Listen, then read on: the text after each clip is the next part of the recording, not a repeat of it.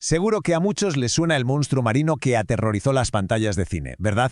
Pues hoy vamos a sumergirnos para conocer al Mosasaurus de verdad, el auténtico titán de los mares prehistóricos. A ver, en las películas nos lo pintan como una bestia descomunal, ¿no? Hablamos de más de 60 metros. Una criatura tan colosal que, vamos, un gran tiburón blanco a su lado sería como un aperitivo, poca cosa.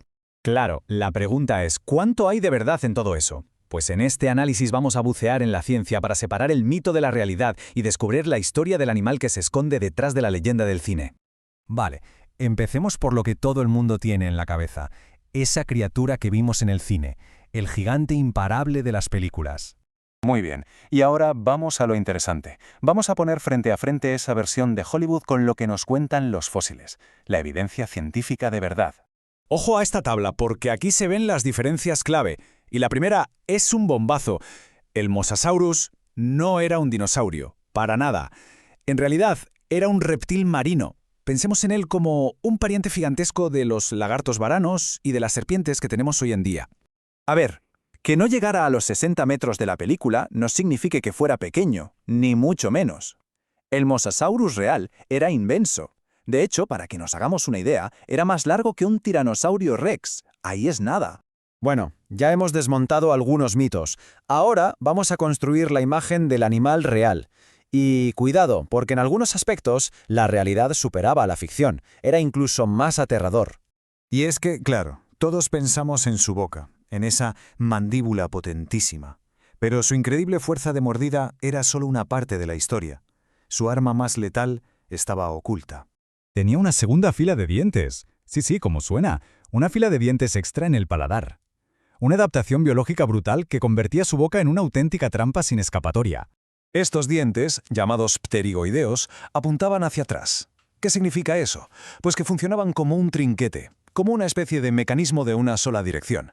Una vez que la presa entraba, ya no podía salir. Solo podía ir en una dirección, hacia su estómago. Imposible escapar. Y con un arma así, ¿qué comía? Pues de todo. La evidencia fósil lo deja claro. Era el rey indiscutible de los mares del Cretácico.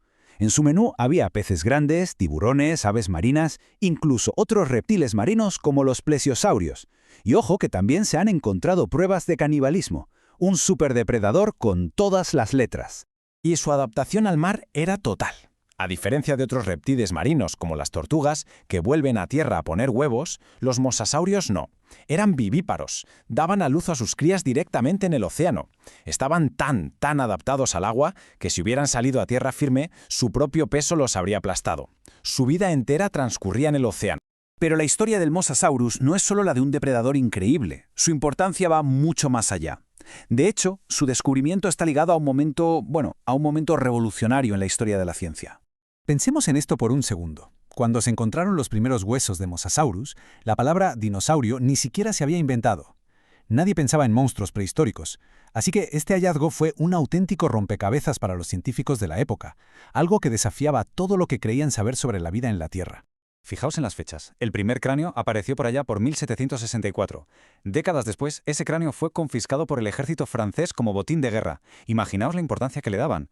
No fue hasta 1822 que se le dio su nombre oficial Mosasaurus. Y para ponerlo en perspectiva, el término dinosaurio no se acuñó hasta 1842. O sea, el Mosasaurus llevaba décadas siendo estudiado antes de que el mundo supiera lo que era un dinosaurio. Fue el gran naturalista Georges Cuvier quien, al estudiarlo, llegó a una conclusión que lo cambió todo. Se dio cuenta de que ese cráneo pertenecía a una especie de lagarto gigante que, simplemente, ya no existía. Este fósil se convirtió en una de las primeras pruebas contundentes de una idea que hoy nos parece de lo más normal, pero que en aquel momento era una auténtica revolución, la idea de que las especies podían extinguirse. Entonces, si juntamos todas las piezas, ¿con qué nos quedamos? ¿Cuál es el verdadero legado de este lagarto gigante, más allá del monstruo de película? Pues a modo de resumen, el perfil del Mosasaurus real sería algo así. Primero, era un reptil auténtico, no un dinosaurio. Segundo, un superdepredador total, con esa segunda fila de dientes que lo hacía letal. Tercero, un gigante de verdad, más largo que un T-Rex, aunque bueno, sin llegar a los excesos de Hollywood. Y cuarto, y quizá lo más importante, un ícono histórico, un fósil que ayudó a demostrar que la extinción era real. Al final, la historia del Mosasaurus es una lección fascinante. Nos enseña que la paleontología es un viaje de descubrimiento que nunca termina. Y nos deja con una pregunta en el aire, ¿no? Si la ficción se equivocó tanto con este superdepredador, ¿qué otros gigantes del pasado de nuestro planeta estarán ahí fuera esperando a que descubramos su verdadera historia?